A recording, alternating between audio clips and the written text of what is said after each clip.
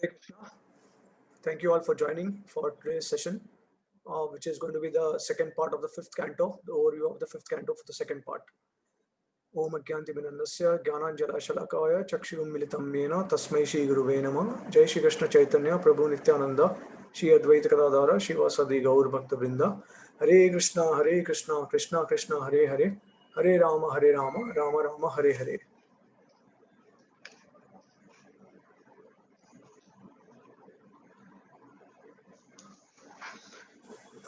Okay, so last class we discussed about the fifth canto, first part, chapters from 1 to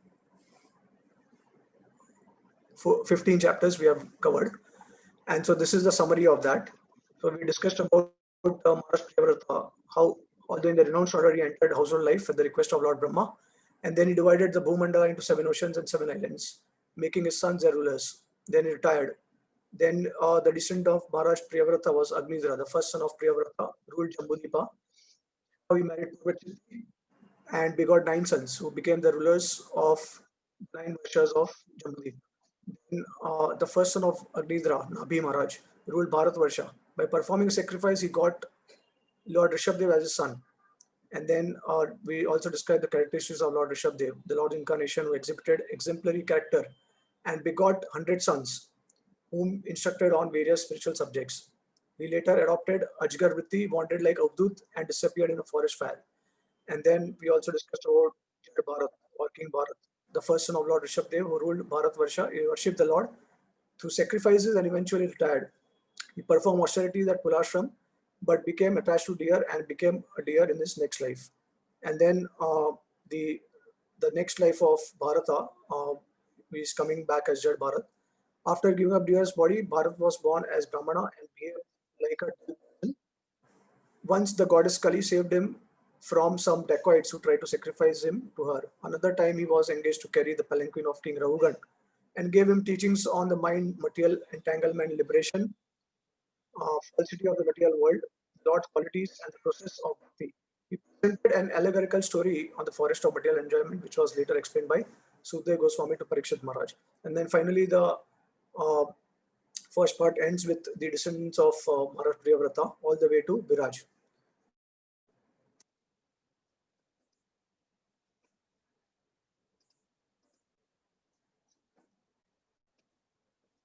So today we'll be discussing about the geography of the universe, part B.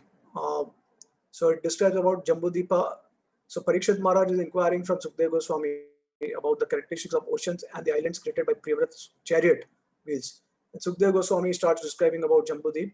Then we talk about Ilavrat the middlemost portion of Jambudvipa, which is square in shape. And then Mount Sumeru, the center point of Jambudvip, which is 1 lakh yodhnas height. Then we also talk about the descent of river Ganges, right from the causal ocean to Mount Sumeru, and then finally descending to the Swargaloka, and from Swargaloka to Mount Sumeru, and then from Sumeru to Bharatvarsha. And then the chapter 17 and 19, they also describe about the prayers offered by the residents of the 9 Varshas of Jambudvipa. And then also there's description about Bharatvarsha, it mountains and rivers, inhabitants, glorification by demigods. And then finally, Bhumandala in the 20th chapter, the remaining 6 islands of Bhumandala and vertical structure of the universe. Okay, so all these things can be explained only if we have some kind of visual presentation. That's why I have made an effort to offer something which is similar to the Vedic planetarium. And so it will be very exciting to enter this planetarium now. But before that, I just wanted to discuss a few important things. So basically, we have the gross body, and then we also have a subtle body inside the gross body. And so there are subtle senses also, just like we have organs. We have organs outside which we can see. We can easily view these organs from outside, but inside also we have elements. And so these elements, like for example, the subtle body also has eyes, nose, ears, and all these elements are present. Okay, so now one practical example or the evidence of this is that when we have dreams, so when we have dreams, the subtle body comes, it goes outside the gross body, and then whatever experience it will have in the world, it will communicate or it will relate to the gross body. So when you wake up, the subtle body will enter the body in the gross body, and then you'll have some memory of that experience. Okay. So now, obviously, without eyes, without senses, you cannot experience outside the body, right? So the subtle body, they have senses also. And then another example is that of body experiences. Now, see, there are different levels and dimensions of realities which can be perceived by science. Scientists say that we know 3% of matter only, but other 97% is dark matter. So science is a matter-based approach. From consciousness perspective, implications. For example, quantum physics, we know that how electron can be treated both as a particle or as a wave.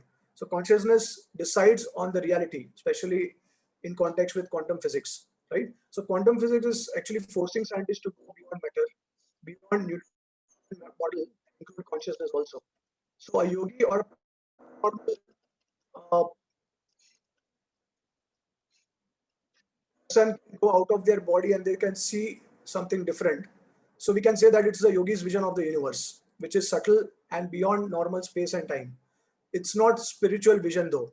Okay, so whatever uh, the description that we are going to discuss in today's class, it is ultimately all material and it is temporary. So now, how they would relay in our space and time, it is very difficult and almost impossible. Okay, so now earlier Brahmanas in Jyotish Shastra, they could accept different reality presented in Puranic cosmology. So they didn't contradict but accepted as a different level of reality. But with Christianity and Newtonian physics, this was a problem since they felt it contradicted their views. So now there are some demonstrations or presentations, not just in our Hindu Vedic culture, but even in Jain also, Jain religion. In Ajmer, you will see they have a very similar model of the universe that we are going to describe. And I've personally seen that model when I had been to Ajmer 2 years back. So other countries and culture, they also have a similar idea. They also depict the model like we have Ananta Fish. They also depict a mountain tree, like we have so many mountain trees also. So presented differently, this model or Vedic cosmology is presented differently by different devotees, and that we'll see how. So from worldly vision, they will present, or we can have the solar system, galaxy, or universe in different ways, present in different ways. Uh, so we'll just go through it now. Okay, so now see, this entire material world is unlimited, and so when Sukdev Goswami is asked by Parikshit Maharaj to describe the dimensions of the entire material world, he admitted that it is actually quite impossible to describe everything in detail because it is unlimited. So, but definitely he had some idea, and that's why he described something. Okay, so what is that something? We'll now describe in detail. Okay, so now we see that in this figure, this is a Bhumandala. And you have to remember one thing, that one yojana is equal to 8 miles. Okay, this is something that you have to uh, keep constantly in your mind, because you will come across yojanas in all the slides. Uh, so this is Bhumandala. Now don't confuse this with our Earth. This is a Bhumandala, and we will see later when we holistically represent all these things together, then you will actually understand what is Bhumandala, what is earthly planet, what are Svargaloka, heavenly planets, lower planetary system, hellish planets. We'll all see that later. But starting with Maharaj Priyavrata, he wanted to enlighten the entire Bhumandala because initially it was obstructed by Mount Meru, which we can see in the middle. So sun is actually trying to issue for the rays, but because of Mount Meru, it is obstructing, and that's why only half of the universe, half of the Bhumandala is covered. So Maharaj Priyavrata assumed uh, he expanded himself in the form of a similar sun.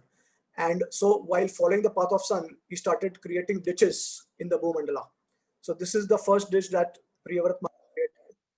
And this is how he actually created 7 ditches by following the path of the sun. So now, uh,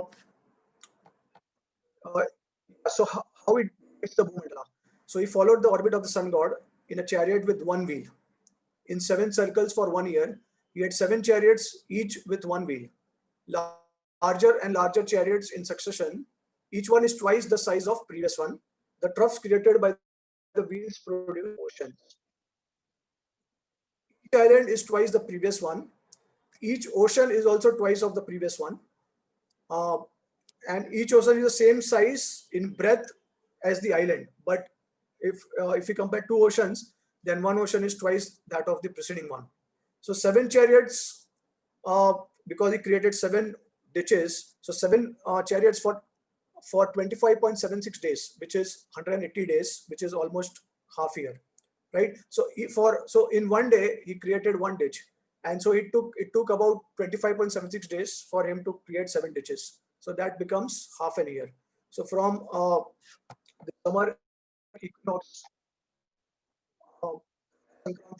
to Paush month, which is July 17 to Jan, and then return travel also. So he was going outwards away from the center, and then he also started coming towards the center, and that happened from winter equinox Makar Sankranti to Jan 15 Ashad month July.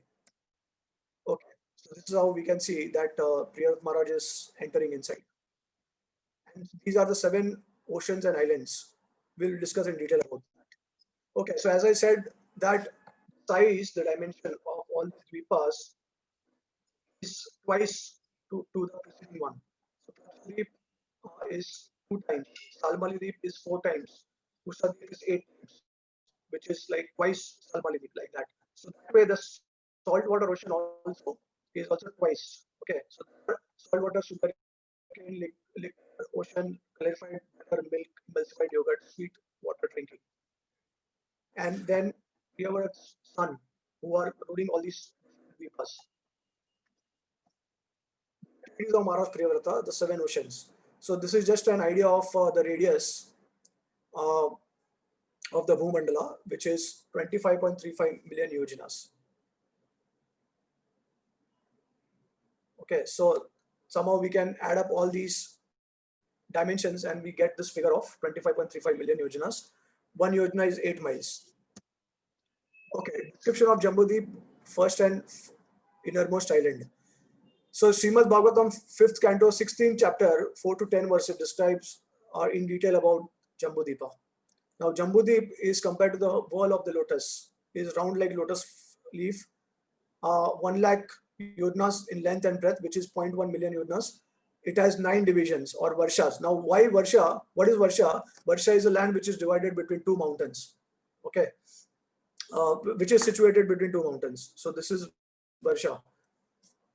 And these are 9,000 yojanas wide. Then 8 mountains mark the boundaries. 9 varshas ruled by the 9 sons of Agnidra. Central varsha is Ilavrat Varsha. And then center of Ilavrata Varsha is Sumeru mountain. And the pericap of lotus like Bhumandala. Okay, so now we will see all these, like see, this is the Bhumandala. And we see that, there is something which is protruding from the lotus flower. And that is the compared to the Mount Meru, and these lotus petals are compared to the different islands and oceans of Bhumandala. Okay, so you will see here that this circular flat disc is Jambudipa, and then Ilavrata Varsha. In the middle of Ilavrata Varsha, there is Mount Sumeru, which is 84,000 yojanas high from Jambudipa. And it also goes down below 16,000 yojanas. And then at the surface of Jambudipa, it is 16,000 yojanas. At the top, it is 32,000 yojanas. Okay, so this is Jambudipa, and these are the different varshas of Jambudipa. As discussed that we have 9 varshas. So here we can see Kuru Varsha at the north side, then Hiranyamai Varsha, then Ramyaka Varsha. So you remember the width of that, each and every varsha was 9,000. So here the dimensions are also given. And these varshas are separated by mountains. That's why they are called as varshas. And so we have the Shringavan mountain, and then the Sweta mountain, the Lila mountain, Tumala Varsha on our west side, and east side we have Bhadrashva Varsha. And then in the center we have Ilavrat Varsha. And then Nishad mountain, we have Hari Varsha, Hemaketu mountain, Kim Purusha Varsha. which is and then Bharat Varsha and Kimpurusha Varsha divided by the Himalayan mountain. So now this Himalayan mountain is not the mountain that we see in this earthly planet. Okay, so don't get confused about that. We will cover that later. But here we can get an estimation of idea how these Varshas and how big all these different mountains are also there. So you'll see that Shringavan mountain is the width of that is 2 kilodnas, which means 2,000 yodnas, and it is 10,000 kilodnas. So similarly, all the mountains they have the same uh, width and height. Okay. And here we have the Malevan mountain and the Madana mountain also, which have the same dimensions.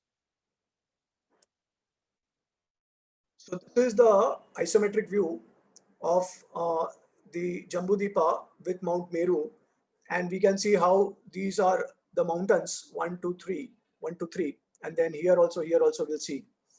So these are the different varshas divided into 9 varshas. The center is the square shape is Ilavrat Varsha, okay, and this is the Mount Meru. So this is the exact dimension which is mentioned. Okay, and then Mount Sumeru we can see at the center and Ilavrat Varsha in the square shape.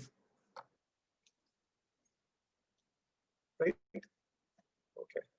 So description now Bhagavatam 16 chapter 11 to 29 verses describe about the Ilavrat Varsha in detail. And so it is mentioned that there are 4 mountains and 4 sides which has length, height, width of 10, 10, 10, 10, 10 2 kilodnas. And then there are 4 trees standing like flag steps with width and height 100 and 1100 yodnas. And then the radius of the branches 1100 yodnas. So 4 huge lakes are also there, 4 celestial gardens are also there, 2 mountains on each side with length, height and width 8 to 2 kilodnas respectively. Here we are focusing now on Ilavrata Varsha, the square portion at the center of Jambudipa. And so you'll see that, so here there is a 4 mountain, Kumuda, and then the Supashwa, Supashwa, then Meru Mandara, and then Mandara mountain, right? And then there are 4 trees also, you can see here. Okay. We also know the dimensions into 2 into 10. And the radius of the trees dimension is also mentioned into 1100 yojanas. Okay, so here we'll see the exact description.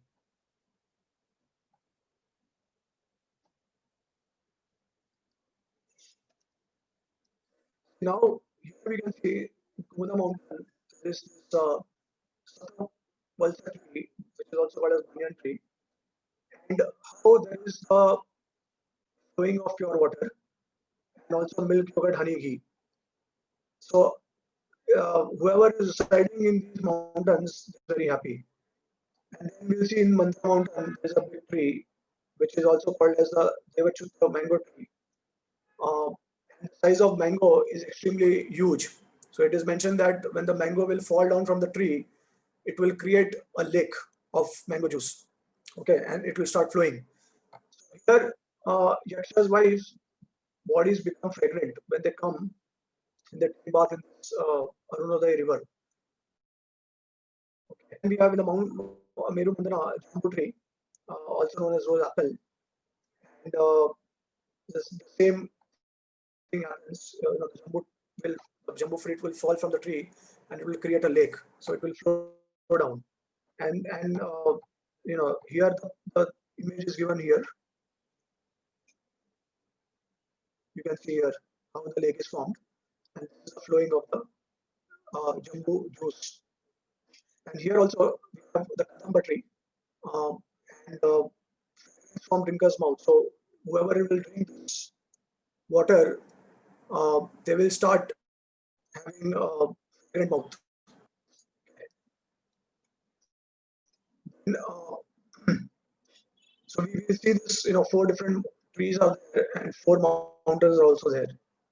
And the dimensions of each and every mountain and tree is given.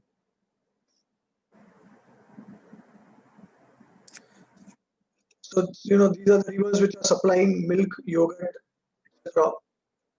And then there is Arunodaya river, and then there is the many rivers in Mount Ashwa and Mount Meru Mantra. We also have the Jambu River. So surrounding, see, these are the Keshavachal mountains, which has the height of Mount Sumeru. Okay, so this is another close view of Ilavarat. We can see here the 4 different mountains and the respective trees and how the rivers and lakes are flowing. Okay, so this is the side view of Ilavarat, Mount Sumeru and Jambudipa. Right, so these are the golden trees actually that float surrounding Ilavarat. These are the golden trees, and then there are small trees within them, which are silver trees. So we'll see here that these are the 4 main trees, but then there are other 2 sub also, Mount Changa, Mount Makara, and then Mount Dara and Vaduta and Kavira and then Mount Kailash. Right, so all these are different trees. The dimension of these trees also, the height is 2 kilodnas. Okay, and this is 2 kilodnas also. So so 1 yodna is 8 miles, and then we have kilo yodna means 1000. So 2000 kilo yodnas. Such is the magnificent height of these trees, these mountains.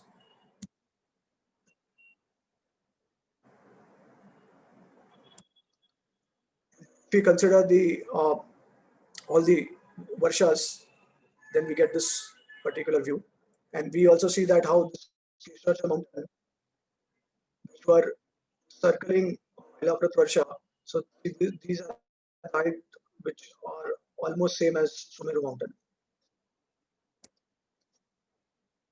Okay, so now there are 9 townships on the summit of Mount Meru. These are the abodes of Kuvera. So here, so this image is actually magnified here, and so there are 9 townships on the summit of Mount Meru: Kuvera, Shiva, Indra, Agni, Yama, Virti, Varuna, and Vayu. Okay. So these personalities, they reside here. In fact, Brahma is in the center, and these dimensions are also given into 10 kiloyodnas of Lord Brahma's abode, which is located at Mount Sumeru. Now, Brahma is actually residing at Satyaloka. But as we say that, whenever we want some refreshment, we go to some resort and we enjoy, we relax, right? So similarly, Brahma also, if he wants to visit, or if he has some important meeting, or if he wants to get refreshed, then he will come down from Satyaloka and he will come to this abode. He will at the top of Mount Sumeru. So this is the close view, and so now this is how the abode looks like. Okay, but so now the 17th chapter says about the descent and flow of river Ganges. So we know that how when he was testing Bali Maharaj, he lifted off his left leg and then he expanded himself, and that left leg was actually going above and above and above, and ultimately it pierced the covering of the universe. And we know that beyond the covering of the universe there is a causal ocean where Mahavishnu is residing, right? So after piercing the 7 layers, immediately, you know because the causal ocean was connected with the feet of Lord Bhavanadev, it became sanctified and purified.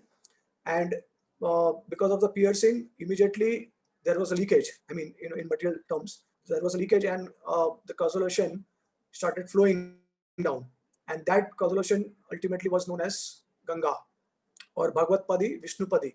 Why? Because it was touching the feet, it contacted the feet of Lord Vamandev. So now how is the flow of Ganga from the to this world? This is described here. So the causal ocean, from the causal ocean, it will enter Satyaloka, and then from Satyaloka, it will enter Dhruv Loka. So here we have Dhruv Loka, here we have Satyaloka, and then from there it will descend to the top of Mount Meru, and then it will be divided into 4 branches: east, west, north, south. Yeah. So before aboard at Mount Sumeru, it is also the demigods. They carry this water, the sanctified pure water of Ganges, uh, in their airplanes, and then they deliver it to the moon, which is Chandraloka. So this is the top view, how the Ganges is actually descending from causal ocean, coming down to Satyaloka, Dhruvloka, and then moon, and then ultimately reaching uh, at the top of Mount Sumeru. And then how it is divided into four parts. So we have on the north side, side Sita, side Chakshu, and then Alaknanda. And then there are also small streams which are passing down Mount Sumeru.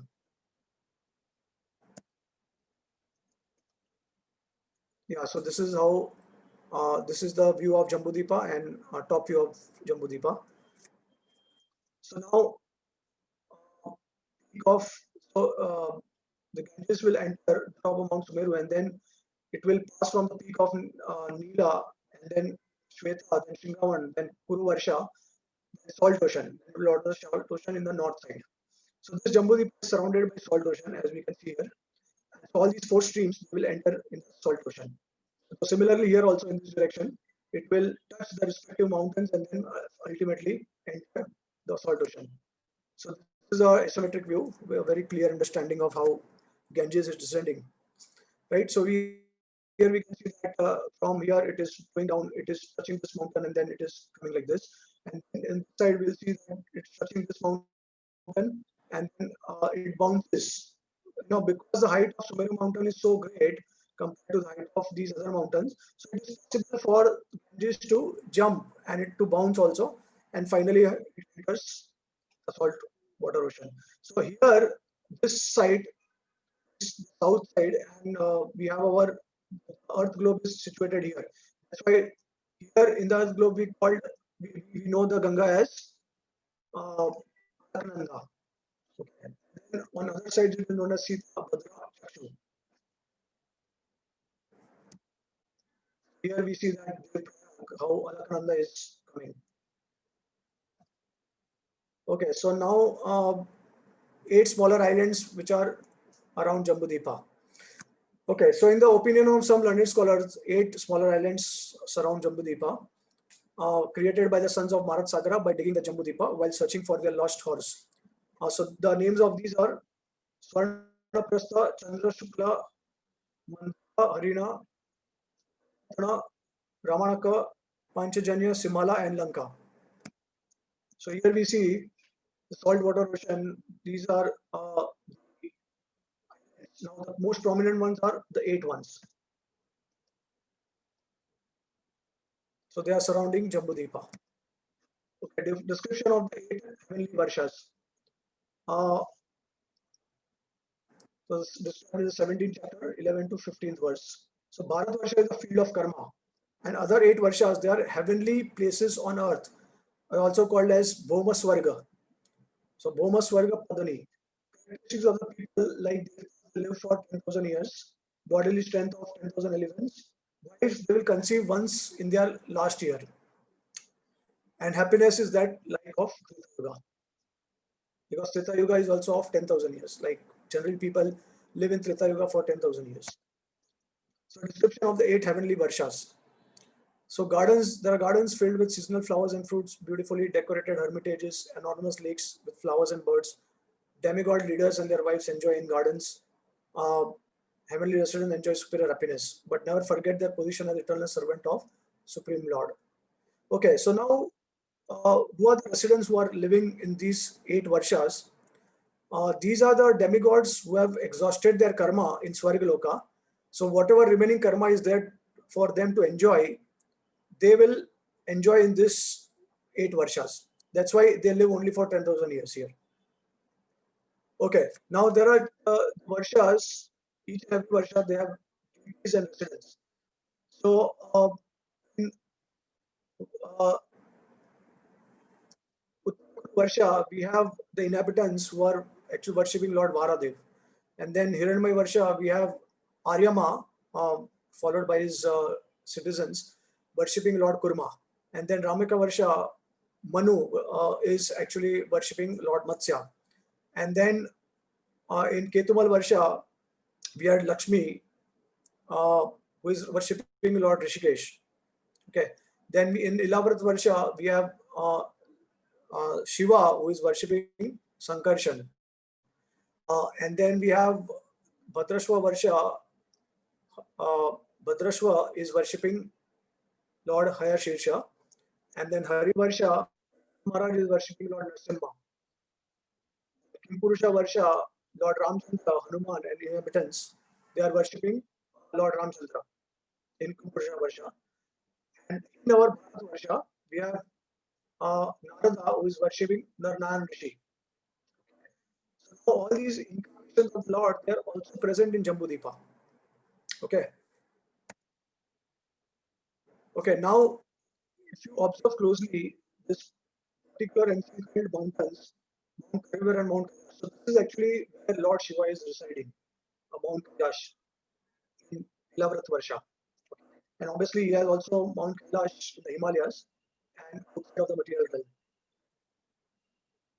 And we also see here Mandra mountain, which was actually created by the Daityas for the churning of ocean. So divisions of Bharat Varsha. Now we know that there are 9 Varshas in Jambudipa. One of the Varsha is Bharat Varsha. And now Bharat Varsha is further subdivided into 9 islands or Dvipas. Why it is called Dvipa? Dvipa is a land, a portion of land which is surrounded by, on both sides it is surrounded. That's why it is called Dvipa. So in Bharat Varsha also is divided into 9 islands which are known as Indradweep, Kesharu, Tamravarna, Siman, Saumya, Nagudweep, Gandharva, Varuna, and the line bordering the ocean, which is 1000 Yodnas from north to south, known as Bharat Varsha. So we will also see what is the name of this 9th division. This is described in Vishnu Puran. Okay, so this is the flow chart of the descendant of Agnitra, Nabi, Rishabdev, and Bharat Maharaj. So we will see here how the 9 sons of Agnitra Varshas of Jambudipa. So we'll see Nabi, which is also called as Bharat Varsha, Kimpurusha, Harivarsha, Ilavrat, Ramyaka, Hiranyamai, Kuru, Bhadrashva, and Ketumal.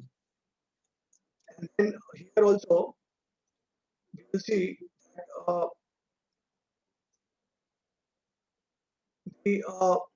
100 sons by Lord Rishabdev.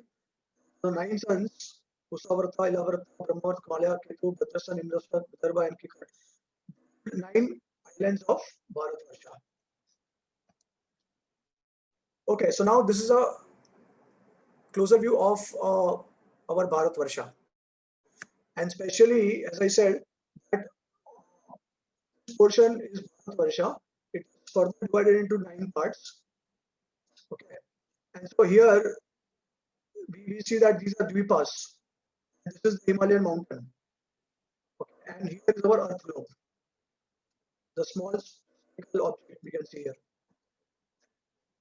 So this is the Earth globe. This is the Himalayan mountain, and these are total 9 Dvipas.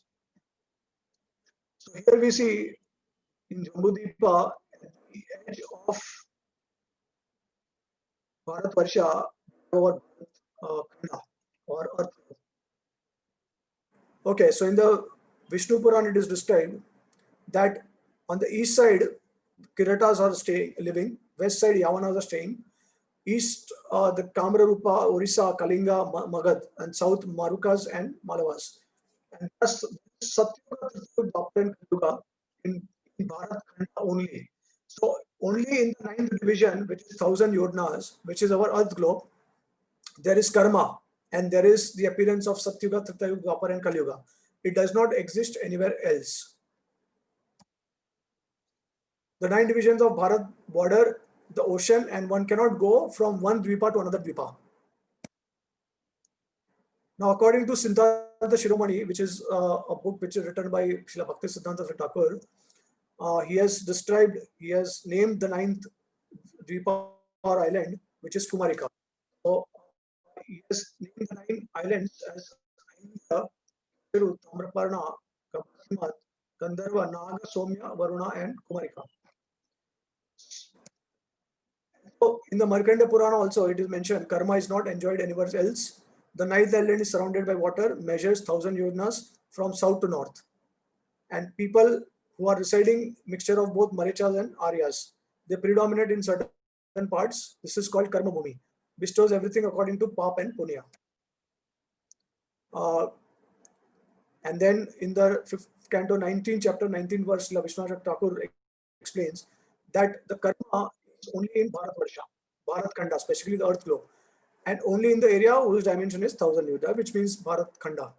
Goals manifest according to the qualities of action caused by dharma takes place unavoidably as per the Vedas. If one cannot accomplish liberation, liberation appears on its own. Merging in Brahman is also achieved in this place. Vedas glorify Bharat Varsha because it is suitable for service to Lord. And then, the problem in the heavenly planets is that there is no remembrance of the Lord and there is excessive enjoyment also. Okay, so based on the slokas of the Mahabharata, Bhishma Parva and Jambukanda, Vinirmana Parva, Sri Tiruvenkata Ramanuja Jiyar, who was a descendant of Ramanujacharya Sampradaya, he has wonderfully explained the structure of our Bharatkhanda. Sudarshanam Pravakshami Dvipam Te Kurunananda Parimandalo Maharaja Dvipashav Chakra Samsita. This Bharatkhanda is called Sudarshan Dvipa because it looks beautiful to the eyes of onlookers. Being circular, Parimandalo, it looks like a disc of the Lord. It is attached to the cyclic time in form of disc presided by God Sudarshan. So half of this Bharat Varsha appears like the rabbit. Now this is very interesting. Half of this Bharat Varsha appears like rabbit and a small people leaf. Half appears in the form of big leaf. They are surrounded by all varieties of vegetation. Beside these portions, the rest is all water. So what is he describing here? Let's see. So he's describing, so you can see here, this is a rabbit and this is a people tree, the leaves of the people. Right now, this is actually how we had described, or the Mahabharata is describing the universe. Okay, so initially he was bewildered. What are we trying to conclude from this, the rabbit and the leaf? And then what he did, he reversed or took a mirror image of that, and then he reversed the image. Ultimately, he got this form. So now you see how these two things, they are so closely resembling our earthly structure. See, projection string of the above description. So you will see here the rabbit, inverted rabbit, and the inverted people leaf. When it is projected, it looks like this. So such an exact, accurate, description in the Shastra of how the earth is. So this is the globe, which is at the tip of Bharatvarsha, and it's also the 9th division of Bharatvarsha. Okay, now according to the scientists, the diameter of the Earth, mean diameter is 2,742 kilometers. Srimad Bhagavatam, 9th part of Bharatvarsha, we already discussed that it is 1,000 yojanas.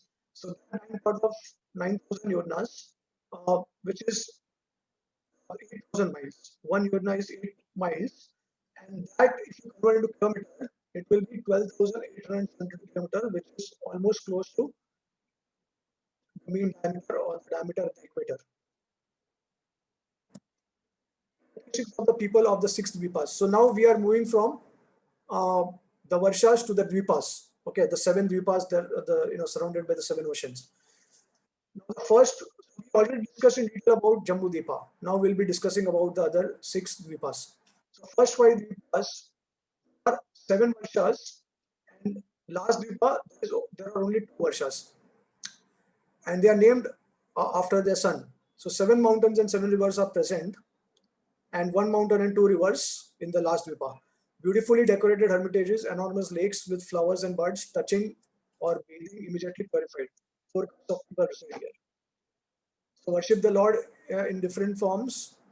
sun, moon, Agni, etc., live for 1,000 and more years, forms as beautiful as the Devtas. They produce offspring as the Devtas do. Longevity, sensory prowess, physical, mental strength, intelligence, and bravery. All these are the characteristics. Naturally and equally manifest in all of the living entities. But again, they never forget their eternal position as servants of the Lord. So, the description of the other 6 islands, we have already discussed about Jambudipa.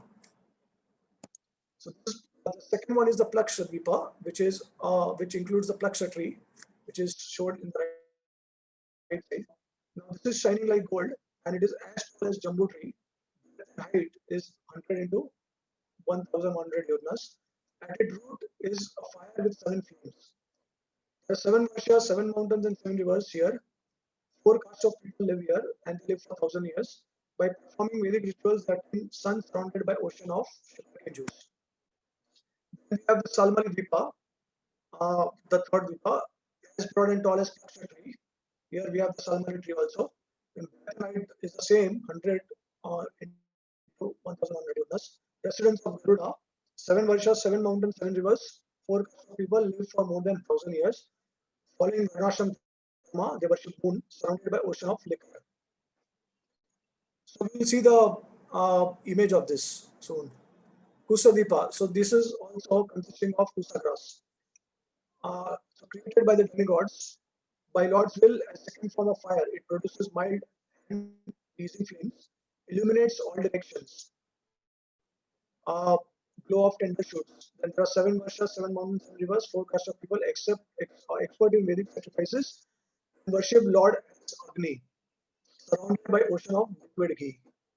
Conchadipa, we have the conch mountain here. Fearless from the weapons of Kartiki, surrounded by milk ocean, protected by Varuna. Again, 7 mountain Varsha and rivers, 4 castes of people, worship the Lord by offering a palm full of water at Varuna's lotus feet, surrounded by ocean of milk. We have the Sakadipa, which has the Saka tree, which is very fragrant, lends its scent to the entire island. The 7 Varshas, mountains and rivers, 4 castes of people practice mystic yoga and worship the Lord in trance by meditating on Vayu, surrounded by an ocean of yogurt. And the last is Pushkar Dvipa.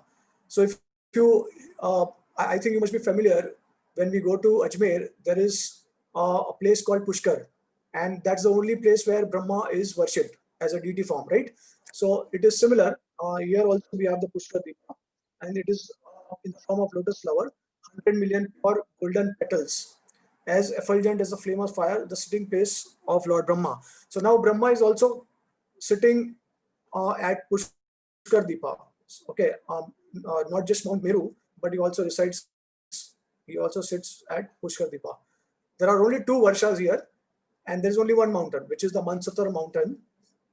And then 4 castes of people worship the Lord as Brahma, ritualistic ceremonies surrounded by ocean of king water. Mansatar mountain. So now this is the description about the Mansatar mountain situated in Pushkar Deepa.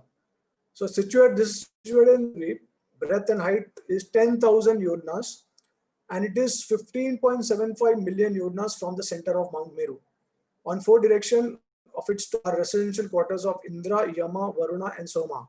Sun god travels in his chariot above this, encircling Sumeru.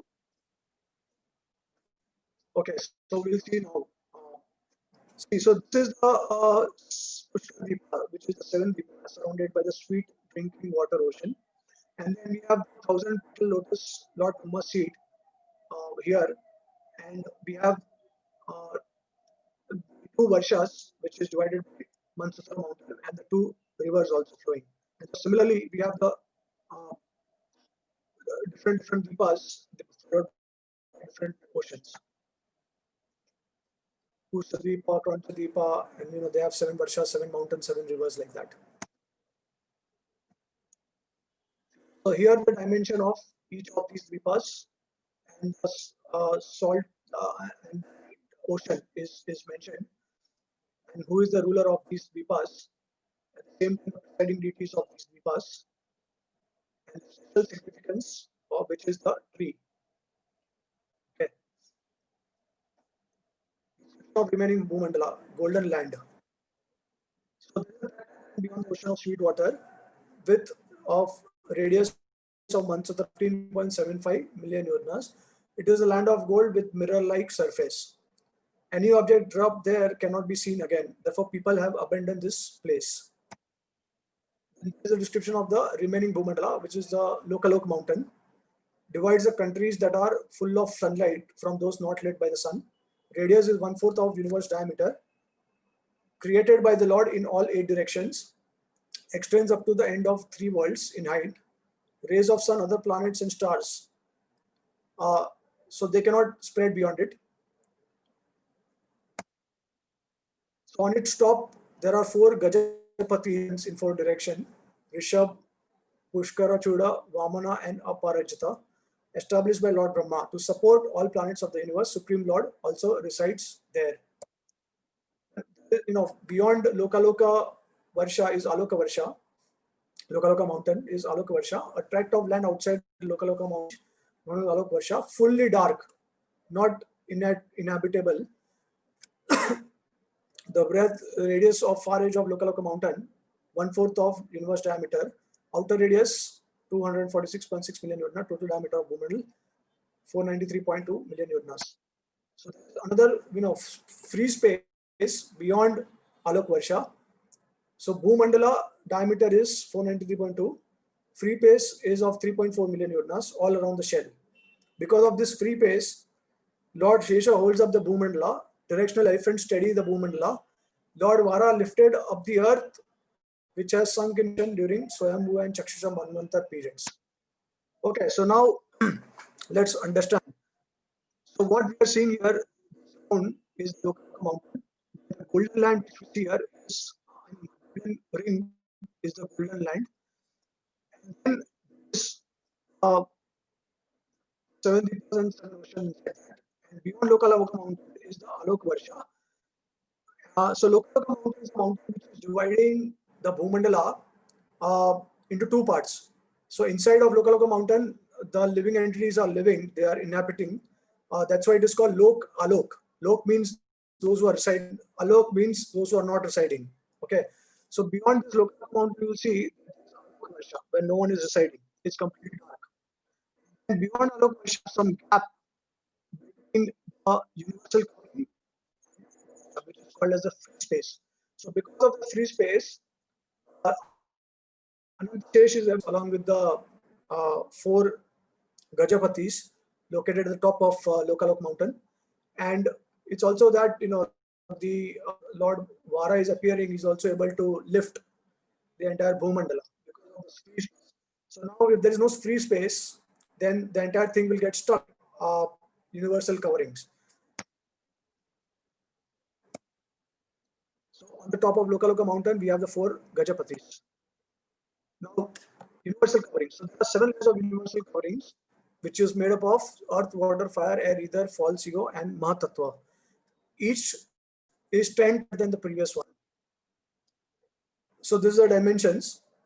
Golden land is 15.75 billion Yojanas. Lokaloka mountain 82.2, Aloka Varsha 123, like that. So this is the Garbala question. We have, okay, so let's go ahead. These are all the dimensions. Okay, so here we can see these are the 7 oceans and 7 islands, and then there is a sweet, and then beyond that there is a golden land. Okay, and then the Lokaloka mountain here surrounding.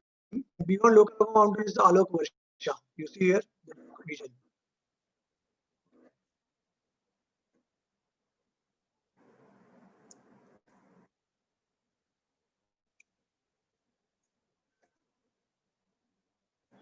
Okay, I think we'll be able to get a better understanding when we see the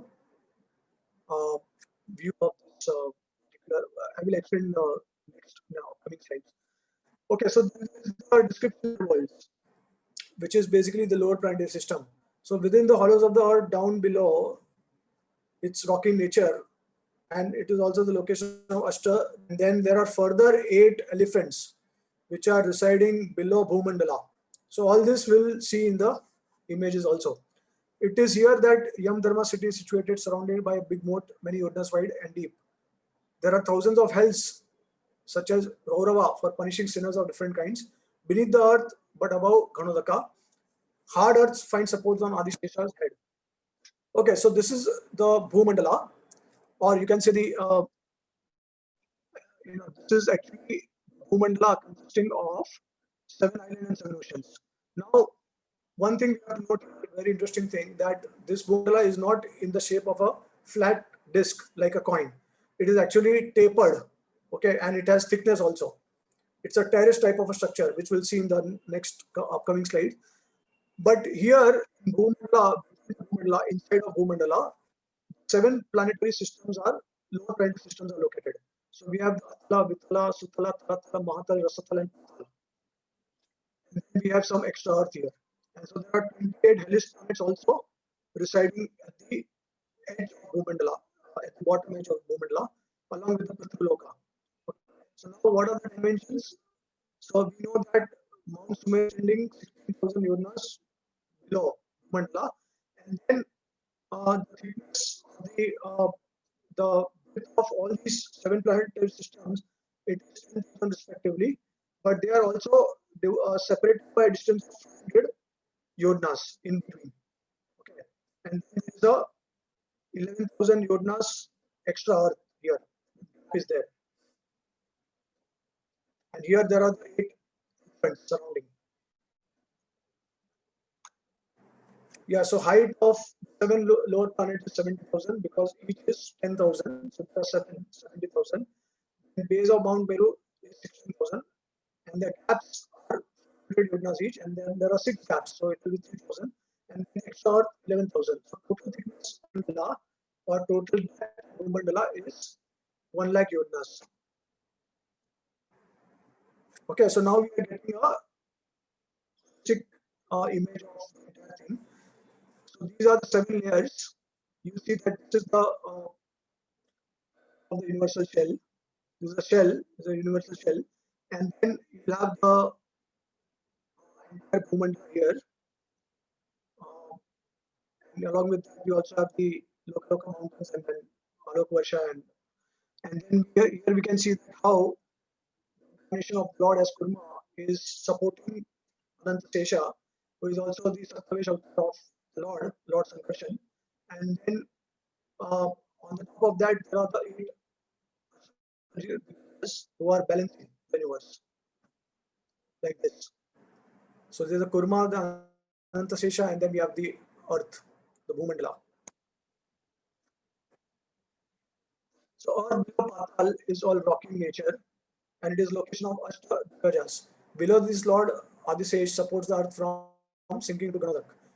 The hells which are in line with the directional life fronts are naturally above Ganadak and below the surface of visible Earth. As per Bhagavatam, the hells are located beneath the Earth, but above Ganadak, since the hard Earth extends downward up to where it finds support on Adisesh.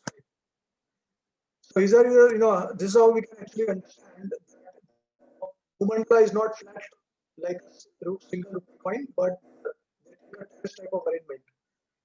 The Pushkar Deepa is actually 2 lakh Yonas lower than the upper edge of the basket like Jambudvipa, and the surface of Ganadak beyond the region of darkness is in line with Pushkar Deepa. The location of hell is slightly above this line. So this is actually the real mandala. So here we can see, like, this is like Jambudvipa, and then this is the saltwater ocean surrounding Jambudvipa. Then there's the Pakshi Deepa, and then again there's the ocean surrounding like that. It goes below. It's kind of inverted structure. So this is actually the real structure of the mandala. I mean, understand. So here we see the Loka mountain. So these mountains, right of these mountains extend up to Loka, whole star. And here we see the last Vipa, the Pushkar Vipa, is 2 million Yonas from Mount Sumeru. So this is a representation of, in one of the countries, they have represented the entire Bhumandala like this.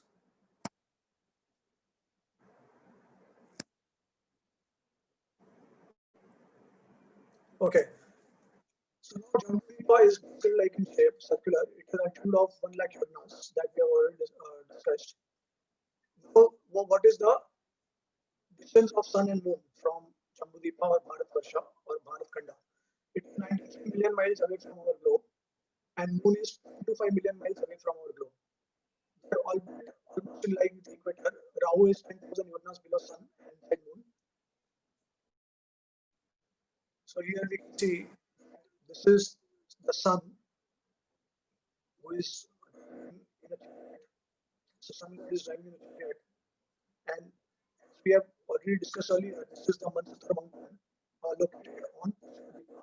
So 1 lakh Yodnas above that is directly the sun. And the sun is revolving.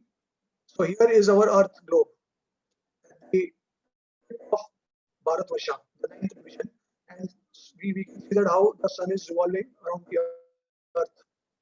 So it is always revolving above Mansathara mountain. Description of Bharatvarsha. So Bharat Khanda is actually perked at the southern edge, which means that it is stuck up or it is jut out. So it is not a planet going around the sun. So this is a contradiction between modern science and our Vedic cosmology, that the way it is depicted is that the Earth is actually fixed and everything is moving around the Earth. And in modern science, we see that the sun is actually fixed and the Earth is, and all other planets are revolving around the sun. But this can be reconciled by saying that we have the conception of relativity. So if you consider relativity, then it does not matter which one is fixed and which one is moving. So this is also substantiated by Sri Anantaramu of Bangalore, a scientist who joined the crew of the first Indian Antarctic expedition. So he says that South Pole region projects downwards like a cone. Very interesting. This region has not been properly surveyed. But it is indeed a flat lie to say that the South Pole region is slightly flat like North Pole region. You see, this is the 9th division of Jambudipa, which is called as Bharat Khanda. It is also called as Navdipa. It is also called as Kumaraka Dipa sometimes. So here we can see how it is put to the saltwater ocean, the bottom, south pole of that. So see, that's why we see that there are no flights, there are no flight routes in these routes, especially on the southern side. Everything is going from the north side. So this is something which is very interesting. Okay, now we'll also discuss about the 14th system, the vertical structure of the universe, described in the 5th kind of chapter 21 to 26. 21 to 22 describes sun, moon, stars, and other planets. 23 describes about Shishumara, Dhruva and upper planets. 24 to 25 description of lower planets.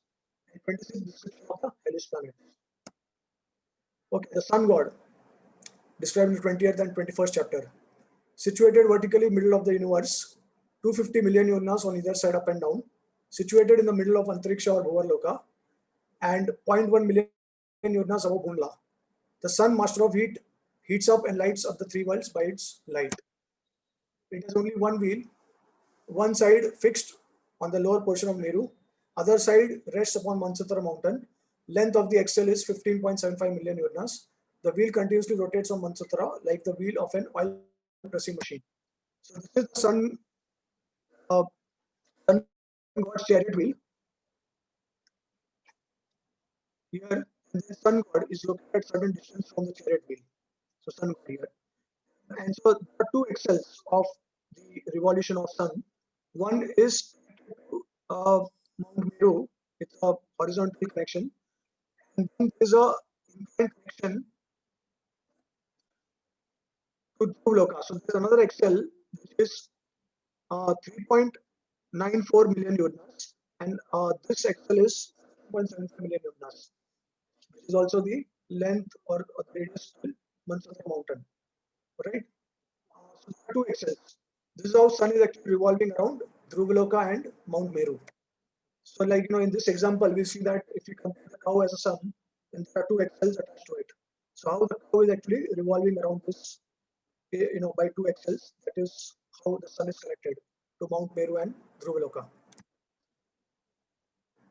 Okay, so there is a description of the sun god's chariot. According to Sridhar Swami, chariot would set 50,000 Yurnas height on a surface made flat by wind. Sun is situated in enclosure 40,000 Yurnas above the wheel. Enclosure is, length of the enclosure is 3.6 into 0.9 million Yurnas. So this is the enclosure, and then it is situated. So the above the wheel it is 40,000 Uranus, and from the top of Mount Mountain it is situated at the distance of 50,000 Uranus, and the height of Mount Mountain is 10,000 Uranus. So description of the sun god chariot: horses named after Gayatri and other Vedic meters, harnessed to a yoke 0.9 million Uranus wide. Aruna looks backward, who is the chariot of the sun god. He looks backward towards the sun god whenever he is revolving. And then there is 60 stages, and the Gandharvas, Apsaras, Nagas, Yakshas, Rakshasas, they are also praying and offering obeisances to sun god. Okay, now there's very interesting thing which is mentioned by our Hanumanji in Hanuman Chalisa by Tulsidas. It actually describes the distance between sun and earth. Kumara mantra vibhishan mana lankeshwar bhai sab janagana jugha sahastra yojana par bhanu leelata hi madur phala janu. So here it is mentioned Jugha Sahastra Yojana. Sahastra means 1,000 and Jugha means 12,000.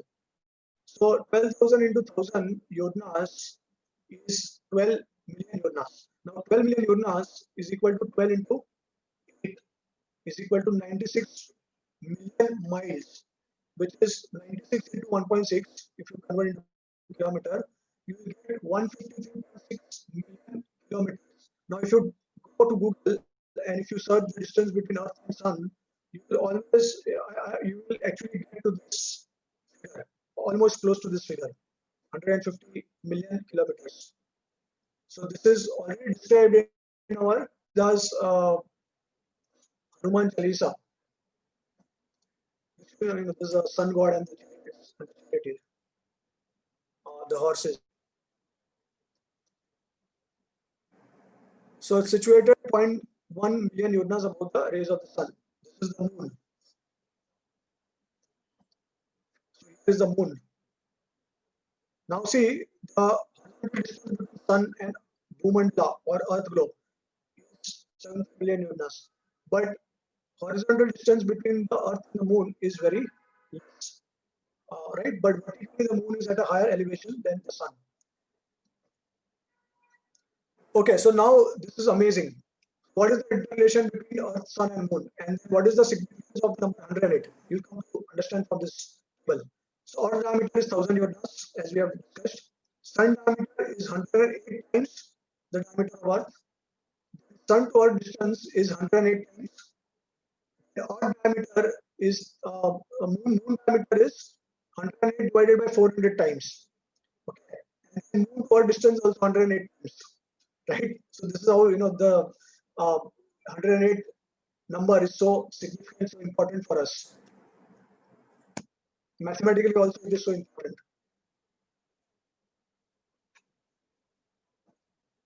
Okay, so the moon with its waxing and waning phases creates days and night for the Pitras and the Devtas. So during waxing phase, Shukla Paksh, it is day for the Devtas and night for the Pitras, suitable for worship of Devtas. And during waning phase, Krishna Paksh, it is day for Pitras and night for Devtas, suitable for worship of Pitras. Pitra Paksh, Bhadra Paksh. Okay, so now moon is a heavenly planet, and Pitras and Devtas are residing on moon. So here we can see also another interesting thing to observe. The Earth is actually made up of element. Okay, and water element. Sun is made up of fire elements: earth, water, fire. So we'll see that earth, moon, and sun, these are so important to us. So now you see that how when the moon, so see we have here the Pitru side and the Deva side. Okay, so when there is a new moon day, the moon is in between earth and sun. Then half of Pitru and half of Devtas, and then the Pitrus are you know located on the south side of the earth. You will see only the Pitrus, because this half portion is lighted by the sun rays. So similarly, we get Krishna Paksh and Shukla Paksh here. So now the constellations or nakshatras. So the 22nd chapter, 11 to 12 verses of 5th canto. The 28th number, and then moving clockwise around Mount Meru. On the wheel of time, the clockwise. And this is 0.3 million yojanas above moon. Abhijit, middle of Ashada and Shravana. Okay, so now the nakshatras, the stars that never fade. And the stars associated with moon. Nakshatranam Aham Sashi, the Bhagavad Gita is mentioned. Vriksha, group of stars, Ashwini, Bharani, they are bigger in size like Buddha.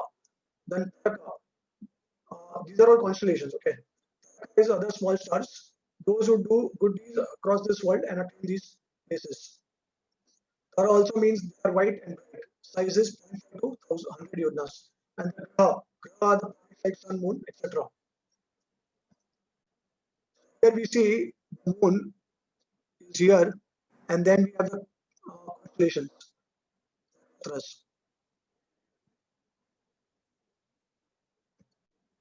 Species and Dhruvloka. They always think of well-being of all and circumambulates Lord's abode.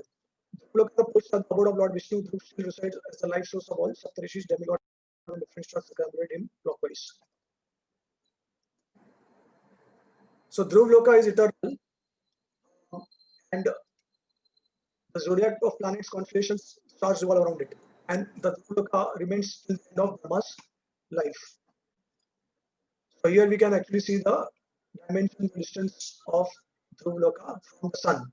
The sun is the reference because sun is exactly in the center of the entire globe. So that's why sun is at a zero level, and then we have all these other planets and constellations at different heights from the sun.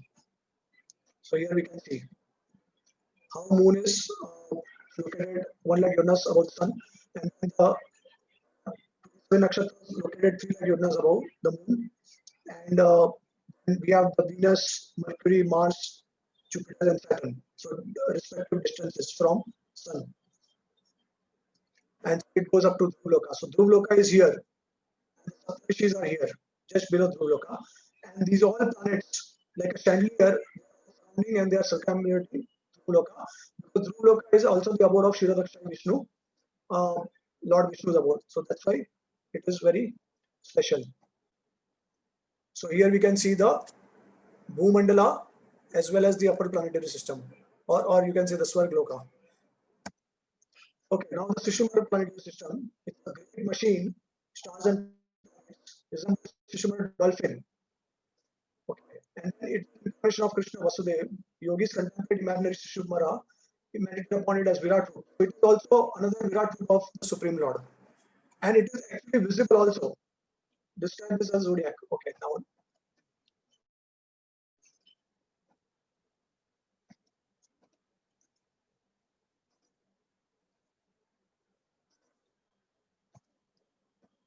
okay, so see a yogi, he's meditating, he can actually see the dolphin. See, this is the loka, and right here is actually the nakshatras. Loka to the nakshatras. This dolphin can be seen. So there's a yogi who is actually trying to meditate on the dolphin or the Virat form of the Lord. So now we see one of the laboratories for one I don't know if this is from US or some other country, but we really see this dolphin. It's quite visible. Okay, we just have to locate it properly. So here we'll see how this dolphin sign is there, and the sun is located at the middle. So the Shishira planetary system, its head is downward, its body is coiled, and its body is balanced. Three stars on either side. Lord Vishnu's external form. Resting is the all demigods, stars, and planets. So this is the Bhumandala, and then we have the Loka here. So according to Srimad Bhagavatam, it is described how entire Bhumandala with all the planets, they are all revolving around Dhruvloka like a chandelier. Okay, and they are all connected to Dhruvloka, all these planets and constellations, everyone. And so here we can see the tail of dolphin is Dhruvloka. Here at the bottom we see that it's a residence of the nakshatras. Okay. See, when you try to see this from India, how it will be viewed. So if you tilt the image or if you change the direction,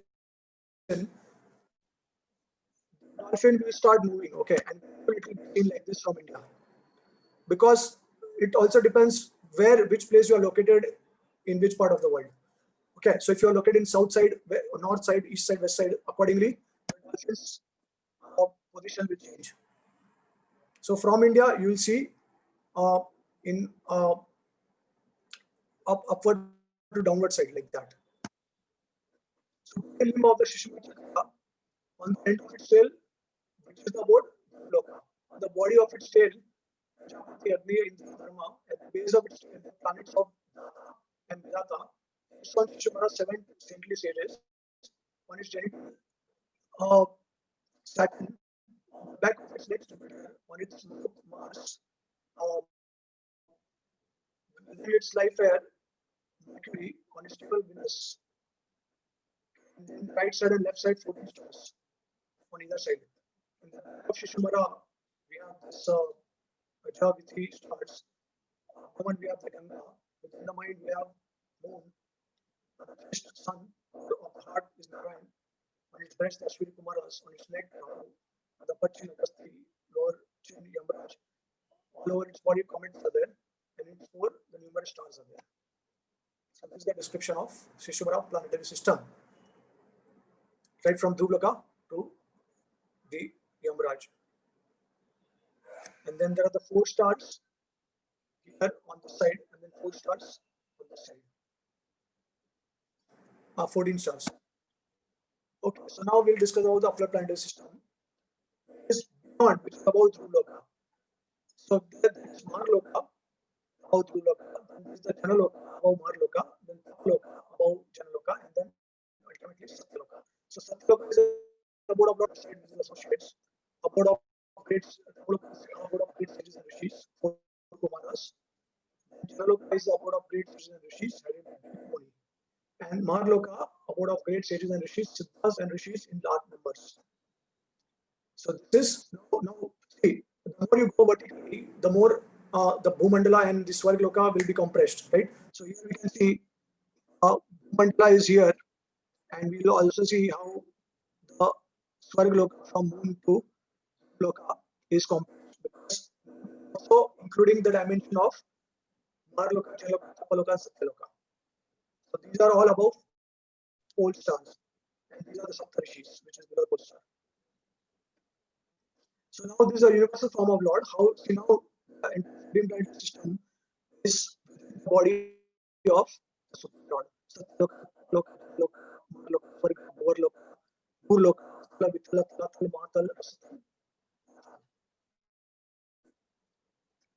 Now above this there is a free space. Universal covering is 16.2 million yonas above Satyaloka. So just free space in between Satyaloka and the universal covering. So in this free space, there is Mahavaikuntha. So now this is a local Vaikuntha. So just as we know that Vaikuntha is residing in the Vaikuntha realms, it is not in the material world.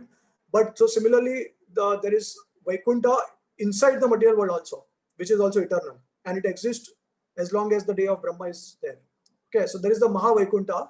This was created by Lord Vaikuntha in order to please Lakshmi. Now this Vaikuntha is the son of Subra and Vikunta. This is described in Srimad Bhagavatam 8.46. And also supported by Rupa Goswami in his Lagu Bhagavatamrita.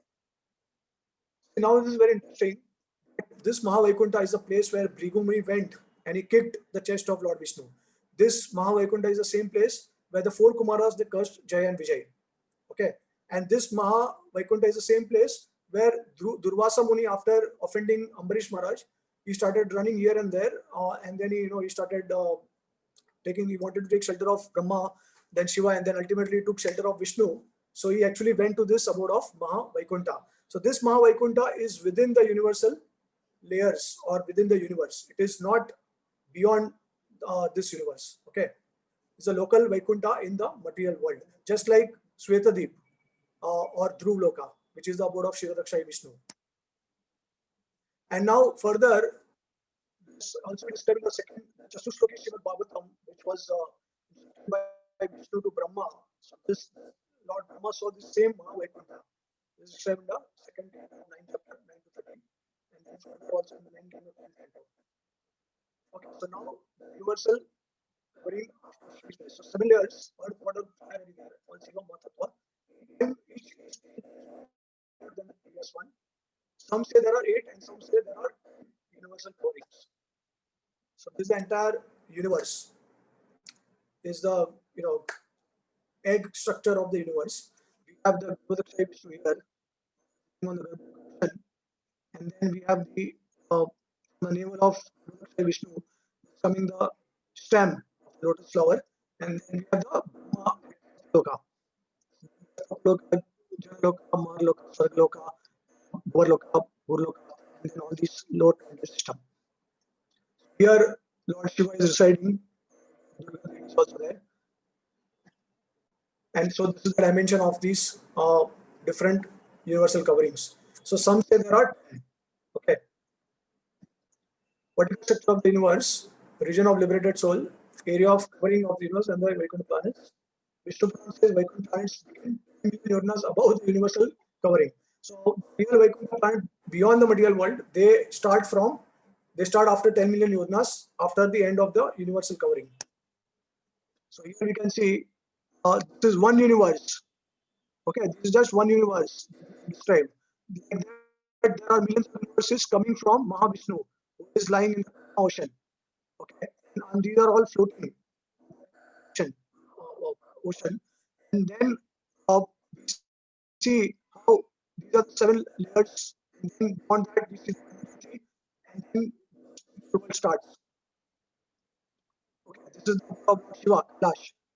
In the spiritual world, and then we have Vaikuntha also. Ultimately, we have Lord Mathura, Vrindavan, Dwarka. Vrindavan in the center, Mathura, and then ultimately Dwarka. And then here, surrounding Vrindavan, is the abode of Lord Chaitanya, which is called Shvetadvipa Navadvip. These are the dimensions of all these different. And this is a complete holistic view of the entire vertical structure of cross section of Bhumandala. So here we see, now when you everything, you see how local mountain had health. Now it is only this much when universal covering, right? Because we have compressed. We have also included all the systems.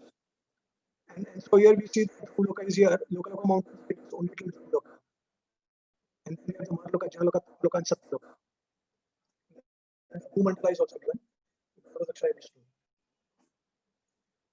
In heavenly planets. So what is Bhuvarloka Antariksha? Sky between earthly and heavenly sphere, place of enjoyment for yakshas, rakshasas, such as ghost. As far as wind goes and clouds fall in the sky. For air. About this Bhuvarloka Antariksha stars. Okay, so Rahu. Now Rahu is situated in Antariksha. Moves like one of the stars, 10,000 yodna below the sun, for the sun. So you know that how Rahu is trying to always attack sun and moon. That's why we have eclipses. So Bhuvarloka, Siddha, Charana, and Vidyadharas, they are all residing here in Bhuvarloka. Naturally entered with mystic powers, travel easily without pains. 10,000 yodna below Rahu, and then there are yakshas and rakshasas, along with pisachas and ghosts enter here. They are 100 yodnas above the earth. So here we'll see. See now here we have the Mansutra mountain, the Bhumandala. Then here we have sun. So in between sun and this is the surface of Bhumandala. So that's why it is said that we are in between sun god and the Bhumandala. So here we have Rahu, which is located at 10,000 yodnas below. Then 10,000 yodnas below we have the Charanas with us. And then further 17,900 we have the Yakshas and Rakshasas like that. Lower priority system, the Daityas, Danavas, Nagas, wealth, power, bliss, sense enjoyment, greater than the higher planets, illusory enjoyment, fine houses and gardens, desires more unimpeded than in Swarga, no fear, no division of on snakeheads. So these are the 7 lower planetary system. Atal, Vital, Sutal, all these. So elixirs and juices made of divine herbs do not experience anxiety, disease, inspiration, fatigue, old age, wrinkles, gray hair, discoloration, lack of pleasure, effects of aging, no fear of death. Sudarshan Chakra is there. So these are the just a depiction of the netherly realms. It looks very frightening. But these are the jivas who are in the mode of ignorance. They attain the 7 lower planetary systems. Those who are in passion, they are in Bhumandala, and those who are in goodness, they attain Swarga. So now, so depending on one's consciousness, one will attain these different planets, and this is a place where we can enjoy. So someone who is in the lower planetary system, they will enjoy in the mode of ignorance.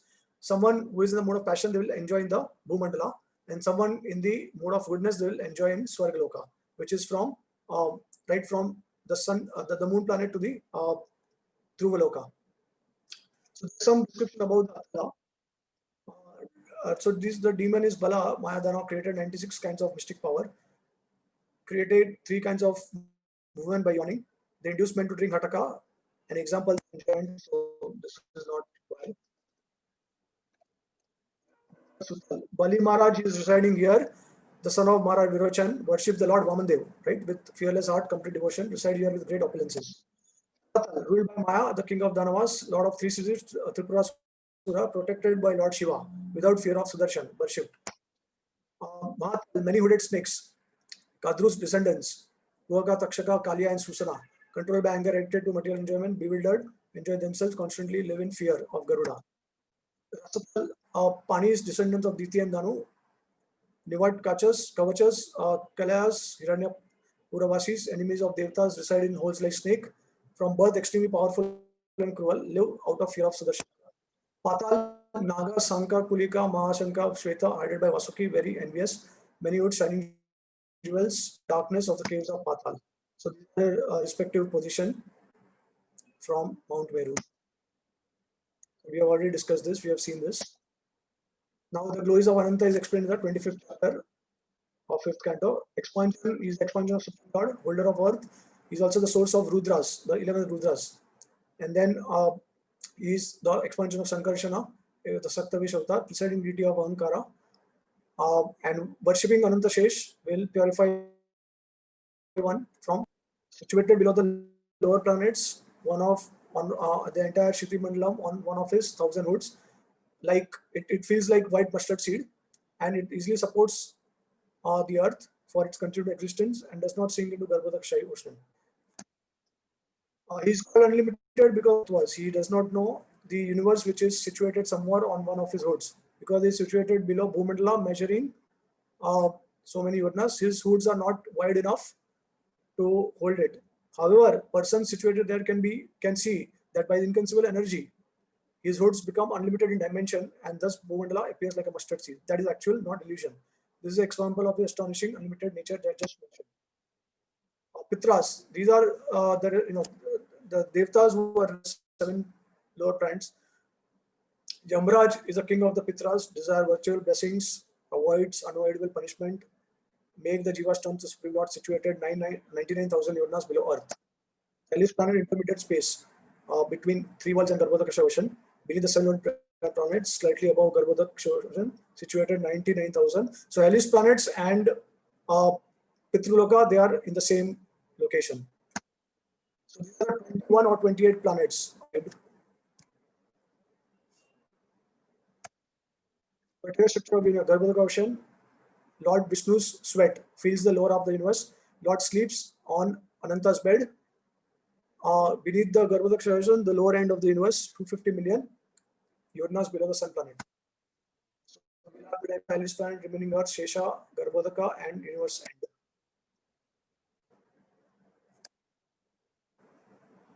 Right? Yeah, so here we can see the depiction right from Garbhodaka ocean to Satyaloka. And then we have this 7 elements.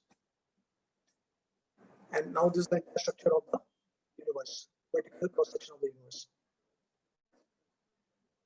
Shruti. So now we are just about to end. Okay, so it's amazing gross body of the Lord consisting of islands, versus rivers, mountains, sky, and oceans, the Lord and the system, the direction, the hellish planetary systems, and the luminaries is the shelter of all living entities. Result of hearing and speaking about the fifth canto, if one reads the description of Lord's external form with great faith, if one hears about it or explains to others, it develops faith, bhakti, pure intelligence. Understand the topic of the Supreme Lord, which is like Upanishad, difficult to understand. Hearing about the gross form leads the control mind by the intelligence to Lord's gross form. Hearing about the subtle form leads the control mind by the intelligence to the Lord's subtle form. And this is just a comparison chart of modern science and Srimad Bhagavatam. How accurately Bhagavatam is actually describing different aspects of the Earth and Sun. So the Earth rotation it is 23 hours 56 minutes and then 4 seconds. And so similarly here also we are getting the same number. Earth rotation with 24 hours. Here also with the same number. So there may be a slight difference, but overall we get the same values, exact same values. Now here we can see Earth's complete revolution around Sun 56.26 days, but according to Bhagavatam it is 361.26 days. Like that. And so here also the perihelion aphelion difference eccentricity of Earth's orbit, there's a comparison. Okay, so with this we can end our class, and I'm very grateful and grateful to His Grace Pavaneshwar Prabhu. So I have compared all the images from his videos on YouTube, and so studying fifth canto cosmology and the entire fifth canto, we are getting close to the sixth canto. So we are trying to get the mercy of Srimati Radharani, because as I began the class, the last class I said that the fifth canto is very close to the sixth canto. Sixth canto is the heart of Krishna, and the heart of Krishna is Srimati Radharani. So by properly understanding, appreciating, acknowledging the fifth canto, we'll be able to make spiritual advancement, and we'll also get the mercy of Srimati Radharani. So thank you so much, everyone, for joining. I hope it was a wonderful experience and journey for you all.